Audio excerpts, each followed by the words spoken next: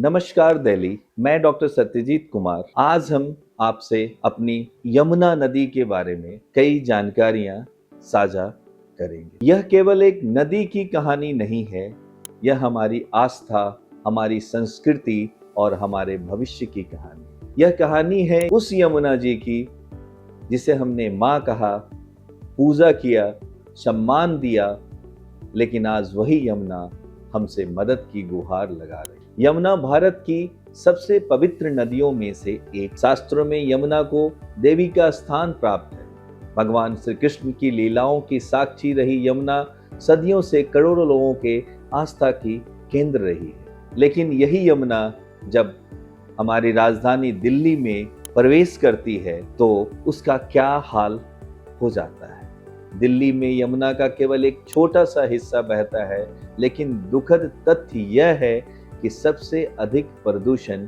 इसी हिस्से में पहुंचता है। जो नदी हमें जीवन देती है, आज स्वयं जीवन के लिए संघर्ष कर रही है। हर दिन लाखों लीटर सीवरेज और औद्योगिक अपशिष्ट यमुना में पहुंचता है।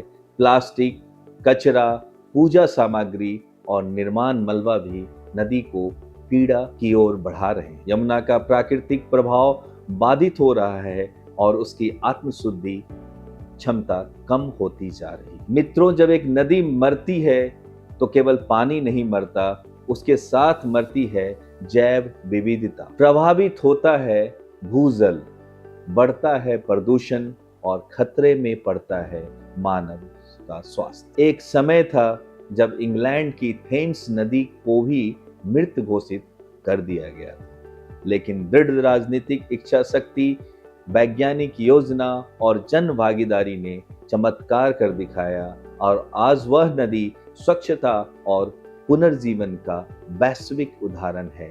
यदि थेम्स बदल सकती है तो यमुना को क्यों नहीं। इसके लिए कुछ जो सुझाव हैं, जैसे कि नदी में बिना उपचारित सीवेज का प्रवेश पूरी तरह बंद करना होगा। हर उद्योग को प्रदूषण नियंत्रित मानकों का पालन करना होगा। यमुना के प्राकृतिक बाढ़ क्षेत्रों के अतिक्रमण को मुक्त करना होगा। प्राकृतिक वेटलैंड्स यमुना की किडनी की तरह काम कर सकते हैं। हर नागरिक को यमुना का प्रहरी बनना पड़ेगा। यमुना को बचाने की शुरुआत सरकार से नहीं, हमसे होती है। क्या हम नदी में कचरा डालना बंद करेंगे? क्या हम प्लास्टिक का उपयोग कम करेंगे? क्या हम अपने बच्चों को प्रकृति का सम्मान करना सिखाएंगे? यदि उत्तर हाँ है तो यमुना का भविष्य सुरक्षित है। यमुना हमारी धरोहर है। यह केवल पानी नहीं, एक जीवन है। यह केवल नदी नहीं, हमारी संस्कृति है।